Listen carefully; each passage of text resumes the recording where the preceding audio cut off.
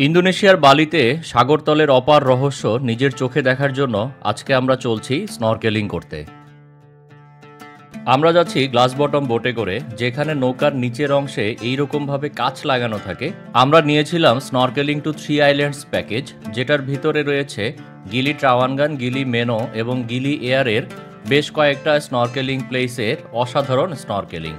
এর মধ্যে উল্লেখযোগ্য ছিল গিলি মেনোতে under water statue, the nest, turtle point, যেখানে গেলেই জায়ান্ট সাইজের টার্টেল দেখা যায়। আর আরেকটা হচ্ছে গিলি এয়ারের টার্টেল হ্যাচারি, যেখানে ছোট ছোট টার্টেলের চাষ করা হয়। এই এপিসোডে থাকছে বালিতে এসে স্নরকেলিং করার এমন অ্যামেজিং এক্সপেরিয়েন্সটা কিভাবে আপনারাও খুব সহজে অ্যাভেল করতে পারেন তার সম্পর্কে সম্পূর্ণ বিস্তারিত। এর পাশাপাশি আমরা গিলি ট্রাওয়ানগানে এসে স্নরকেলিং ছাড়াও আজকে আর কি করলাম, কোথায় খাওয়া দাওয়া করলাম, সব কিছুই থাকছে এই এপিসোডে। সো চলুন শুরু করা যাক আমাদের বালি ট্রাভেল সিরিজের আজকের এই এপিসোডটি।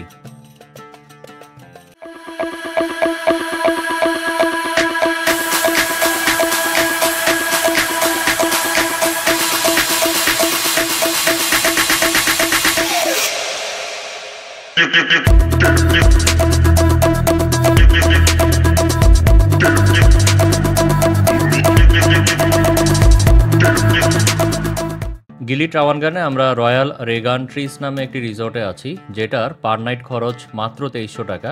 আর রিসোর্টটার ঠিক সামনেই এইরকম ভিউ।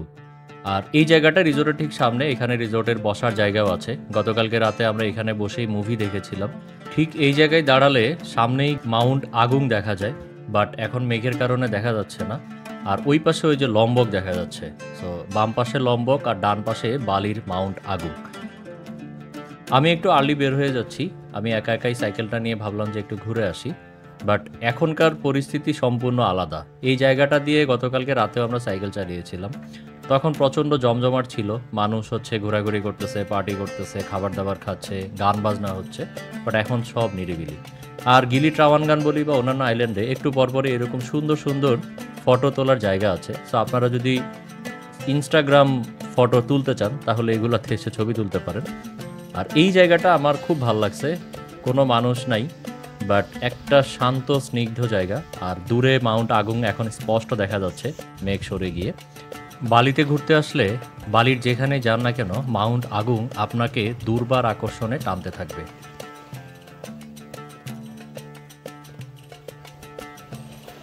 গিলি ট্রাওয়ানগানের রাস্তাঘাটগুলো কম্পারেটিভলি বেটার, সো এখানে সাইকেল চালাতে কষ্ট হয় না। গিলি মেনোতে আমরা সাইকেল নেইনি, কারণ হচ্ছে রাস্তাগুলো বালি ছিল, সো এখানে সাইকেল চালানো বেশ কষ্ট ছিল। আর গিলি এয়ারেও ভালো খারাপ মিলিয়েছিল, বাট গিলি ট্রাওয়ানগানের রাস্তাগুলো খুবই ভালো। সো এখানে সাইকেলটা নিতে পারেন আপনারা আসলে, এবং পুরো আইল্যান্ড সাইকেল দিয়ে ঘুরে বেড়াতে পারেন। আমি অনেকখানি ঘুরে আসার পরে আবার রিসোর্টে ব্যাক করি, আর এরপরে আমরা দুইজন মিলে চলে যাই ব্রেকফাস্ট করতে। আর আগেই বলেছি আমরা আজকে স্নরকেলিংয়ে যাচ্ছি। সো আমাদের গতকালকে রাতে আমরা স্নরকেলিং প্যাকেজটা বুক দিয়ে রেখেছিলাম, আমাদের আগের এপিসোডে ডিটেলস পেয়ে যাবেন। সেটা দেখে আসলে আপনারা কিভাবে স্নরকেলিং প্যাকেজ বুক দিবেন সেটা জানতে পারবেন।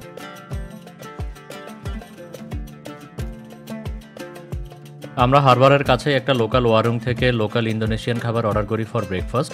সো এখানে ভেজিটেবলস ছিল, চিকেন, এগ, প্রন, বিফ, তারপরে হচ্ছে সাম্বাল ছিল স্পাইসি করার জন্য। আর এই লোকাল ওয়ারুংটাও একদম বিচের পাশে, সো এইরকম বিচ ভিউ দেখতে দেখতে আপনারা ব্রেকফাস্ট করে নিতে পারবেন। দাম খুব একটা বেশি না, 40-50 হাজার আইডিআরের মধ্যেই ব্রেকফাস্ট করে ফেলা যায়। স্নরকেলিংয়ের জন্য আমাদের রিপোর্টিং টাইম ছিল 9টায়, সো আমরা 9টার মধ্যেই চলে আসি। এটা হারবারের ঠিক পাশেই। এখানে আসার পরে আমাদেরকে স্নরকেলিং সেট আর ফিন দেওয়া হচ্ছিল সাঁতার কাটার জন্য। হাওয়েভার আমাদের কাছে স্নরকেলিং সেট ছিল অলরেডি কেনা দুইজনের জন্যই, সো আমরা আর স্নরকেলিং সেটগুলো নেইনি। 9:30টার মধ্যে আমাদের বোট চলে আসে, আমরা স্টার্ট করবো স্নরকেলিংয়ের জন্য। আমাদের বোটটা একটা গ্লাস বটম বোট, সো এইভাবে হচ্ছে গ্লাস সেট করা আছে, যেটার ভিতর দিয়ে সমুদ্রের নিচে ইজিলি দেখা যায়। আমাদের এই স্নরকেলিং প্যাকেজের মধ্যেই রয়েছে স্নরকেলিংয়ের সবগুলো ইনস্ট্রুমেন্ট ওরা প্রোভাইড করবে, প্লাস গিলি মেনো, গিলি এয়ার এবং গিলি ট্রাওয়ানগানের বেশ কয়েকটা জায়গায় স্নরকেলিং করানো হবে। আমাদের টার্টল দেখানো হবে, টার্টল হ্যাচারি দেখানো হবে, গিলি মেনোর পাশেই আন্ডার ওয়াটার স্ট্যাচু দেখানো হবে। আর শুরুতে একজন গাইড এসে আমাদের সবার নেম এবং কান্ট্রি লিখে নিচ্ছিলেন ফর সেফটি পারপাস।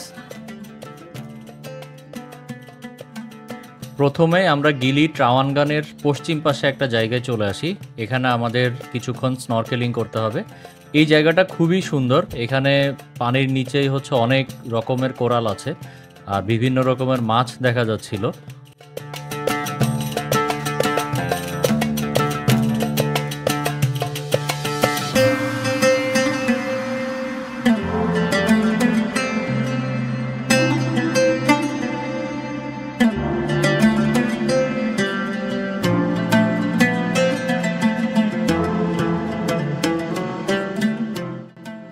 অনেকে একদম গভীরে চলে যাচ্ছিল, যেটা আমার পক্ষে সম্ভব না। আমি অত এক্সপার্ট সাঁতারু না বা ডাইভার না যে আমি একদম নিচে নেমে যেতে পারবো। ওরা স্নরকেলিং সেটের সাথে সুইমিং ফিন দিচ্ছিল। সো এখানেই দেখতে পাচ্ছেন সবাই ফিন পরে খুব কমফোর্টেবলি ডাইভ করছে বা সাঁতার করছে। সো আমি এর আগে কখনো ফিন ইউজ করিনি। আমি ফার্স্টে ফিন নিয়েই নামি পানিতে। বাট যেটা হয় যে আমি আসলে যেহেতু আগে প্র্যাকটিস ছিল না, আমি এটা একদমই ইউজ করতে পারতেছিলাম না। তারপরও আমি ট্রাই করি ফিন দিয়ে সুইম করার জন্য, বাট এটা আমার জন্য খুবই ডিফিকাল্ট ছিল। সো একটু পরে আমি ফিনটা খুলে ফেলি আর খালি পায়েই যতটুকু পারা যায় স্নরকেলিং করতে থাকি। বাট এইটা আমরা থাইল্যান্ডেও স্নরকেলিং করেছিলাম। আমার কাছে কম্পেয়ার করতে গেলে থাইল্যান্ডের চাইতে ফার ফার বেটার মনে হয়েছে, বিকজ এখানকার কোরাল এবং হচ্ছে এখানে যত ধরনের মাছ আমরা দেখেছি অত ধরনের মাছ আমরা থাইল্যান্ডে দেখিনি।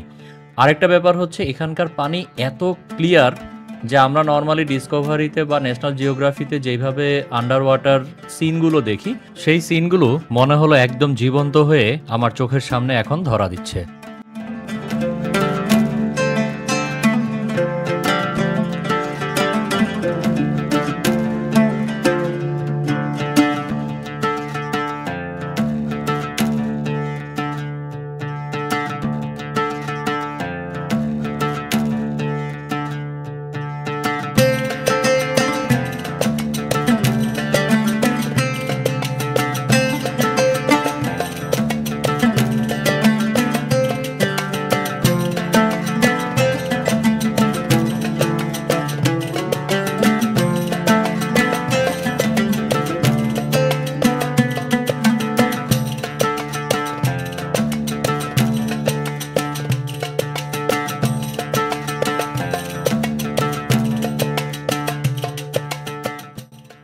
আমরা এখন যে জায়গাটায় স্নরকেলিং করছি এখানে অনেক আগে একটা নৌকা কিংবা জাহাজ ডুবে গিয়েছিল।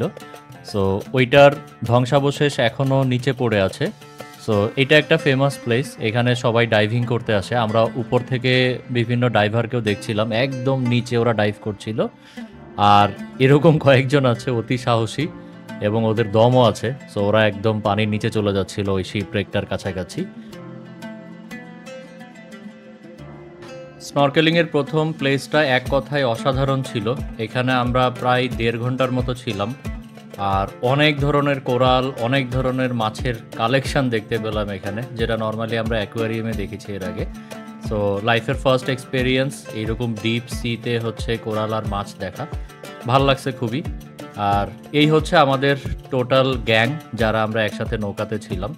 So most of the Times আমাদের গাইড ইনস্ট্রাকশন দিয়েছিল সবাই যাতে কাছাকাছি নৌকার কাছাকাছি থাকি, কেউ যাতে আবার হারিয়ে না যায়, বিকজ তখন আবার খুঁজে বের করা খুব ডিফিকাল্ট হবে।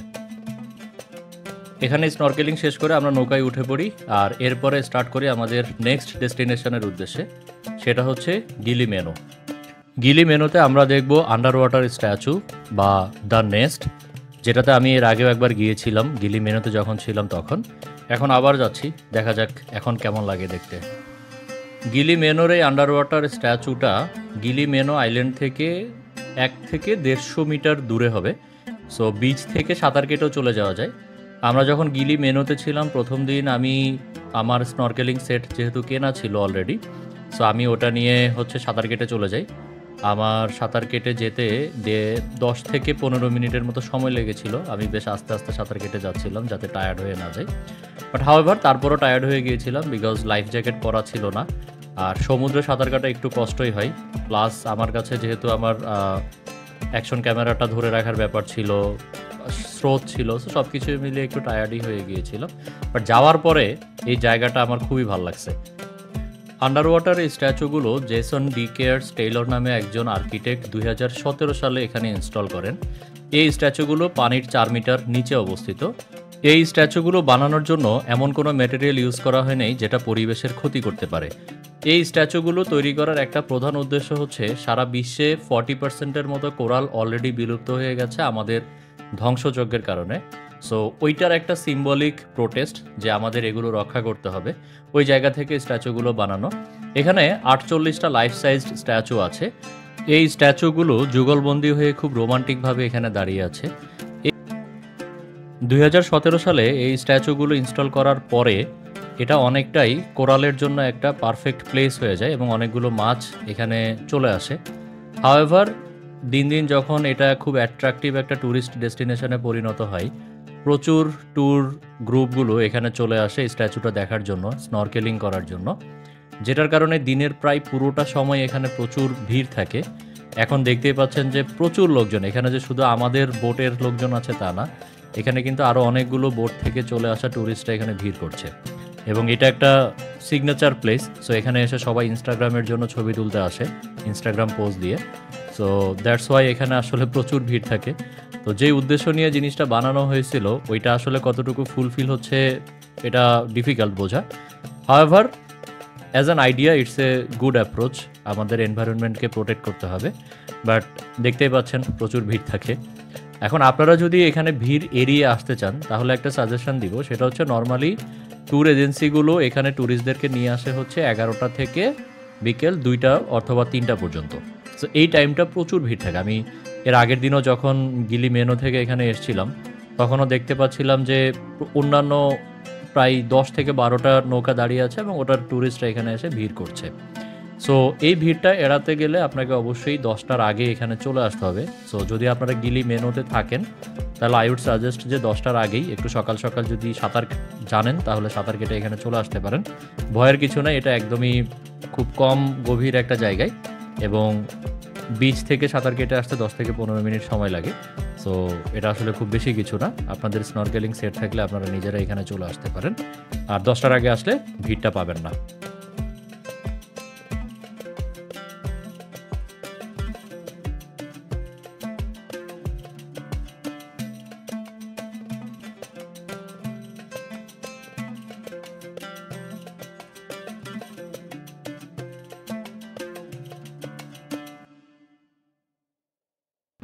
আন্ডার ওয়াটার স্ট্যাচু দেখা শেষে আমরা এখন চলছি গিলি এয়ারের উদ্দেশ্যে। ওখানে কিছুক্ষণ ব্রেক দেওয়া হবে।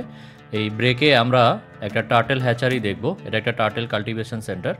এখানে প্রচুর টার্টেল দেখতে পেয়েছিলাম আমরা, ছোট বড় বিভিন্ন সাইজের এবং বিভিন্ন দিনের টার্টেল। সো সেটা আপনাদেরকে দেখাই।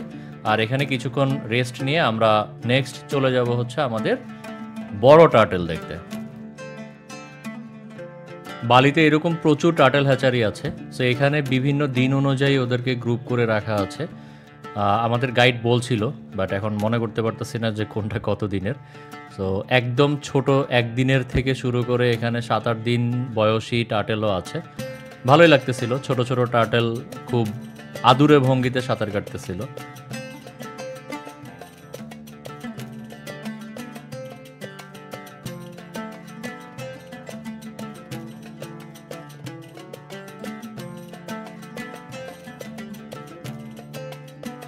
এখানে টিপস বক্স আছে, আপনারা চাইলে টিপস দিতে পারেন।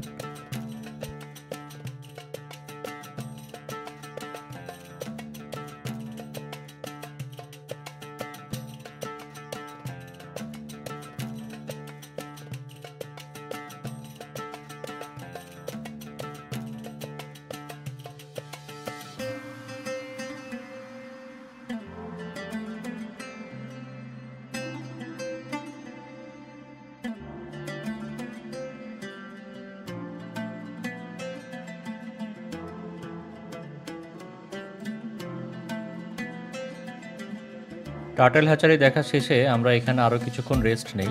এরপরে আমরা চলে যাব জায়ান্ট টার্টল দেখতে।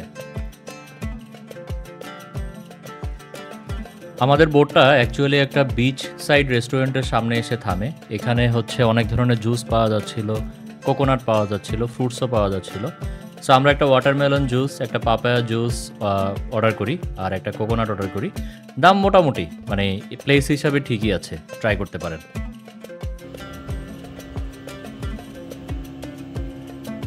আমরা যাচ্ছি আমাদের লাস্ট স্নরকেলিং পয়েন্ট, টার্টল পয়েন্টে। ওখানে আমরা জায়ান্ট টার্টল দেখব। এই টার্টলগুলো অনেক বড় হয়, অনেক বড় মানে অনেক বড়। এটা একটু পরে আপনারা সামনাসামনি দেখলে বুঝবেন।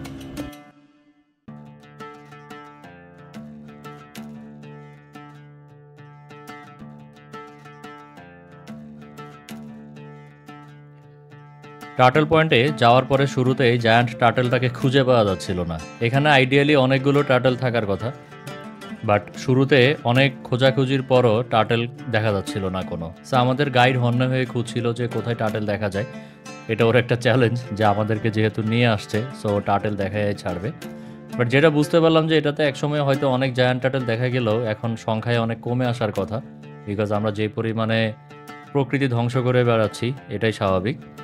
হাওয়েভার বেশ কিছুক্ষণ পরে আমাদের গাইড আমাদেরকে সিগন্যাল দিল যে ও একটা টার্টল দেখতে পেয়েছে। আর তখনই আমরা সবাই মিলে সাঁতার কাটতে কাটতে ওই টার্টলটার কাছে চলে যাই আর গিয়ে দেখতে পাই এই টার্টলটাকে। বেশ বড়, আমার পানির মধ্যে তো নাই, পানির উপরও এরকম টার্টল খুব কম দেখেছি। আমরা মিউজিয়ামে গেলে হয়তো দেখা যায়, বাট এরকম একদম লাইভ একটা টার্টল পানির নিচে সাঁতার কেটে বেড়াচ্ছে, খাচ্ছে, হ্যাঁ। সো এটা অন্যরকম একটা এক্সপিরিয়েন্স। আর এত কাছ থেকে এত বড় টার্টল আমি এর আগে দেখি নাই। সো সব কিছু মিলে আমার জন্য এটা একটা ডিফারেন্ট এক্সপিরিয়েন্স ছিল, সবার জন্যই ছিল হয়তো। আর আগেও যেটা বললাম যে ইন্দোনেশিয়ার পানি এত ক্লিয়ার যে এটার কাছাকাছি যাওয়ার পরে মনে হচ্ছিল দিনের আলোর মতো সব কিছু দেখা যাচ্ছে।